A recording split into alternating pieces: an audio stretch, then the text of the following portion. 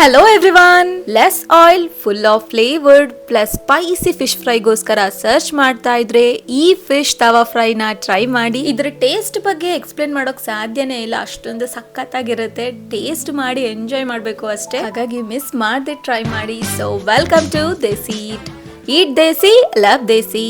ಹೇಗಿದ್ದೀರಾ ಎಲ್ಲರೂ?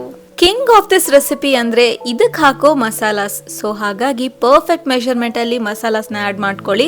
ಸೊ ಮೊದಲಿಗೆ ಇಲ್ಲಿ ನಾನು ಒಂದು 5 ಫಿಶ್ ಪೀಸಸ್ ನ ತಗೊಂಡಿದ್ದೀನಿ.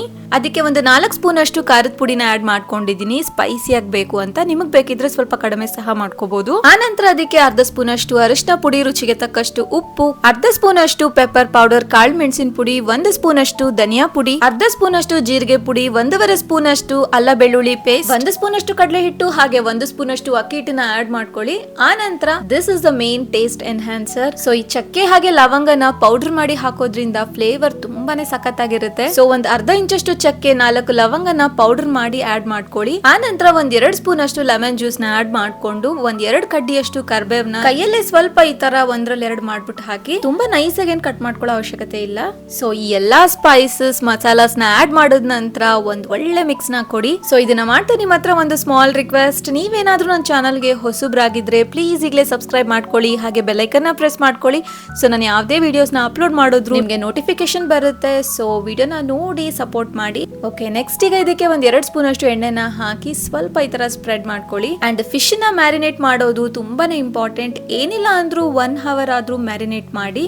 ಟೈಮ್ ಏನಾದ್ರೂ ಇದ್ರೆ ನೀವು 2 to 3 hours ಸಹ ಮ್ಯಾರಿನೇಟ್ ಮಾಡಬಹುದು.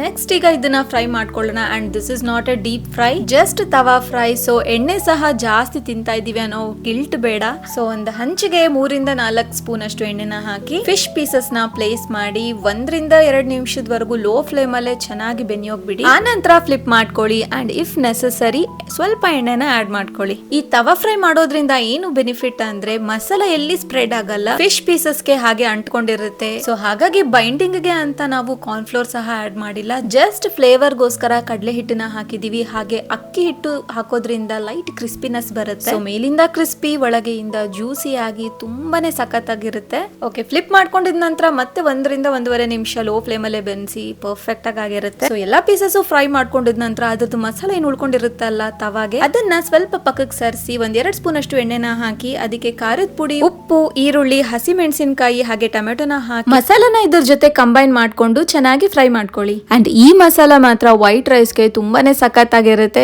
ಫೈನಲಿ ಸ್ವಲ್ಪ ಲೆಮನ್ ಸ್ಕ್ವೀಸ್ ಮಾಡ್ಕೊಳ್ಳಿ. ಸೊ ಇವತ್ತಿನ ರೆಸಿಪಿ ನಿಮ್ಗೆ ಇಷ್ಟ ಆಗಿದ್ರೆ ಮರಿದೆ please like, share, comment and subscribe. Try and enjoy.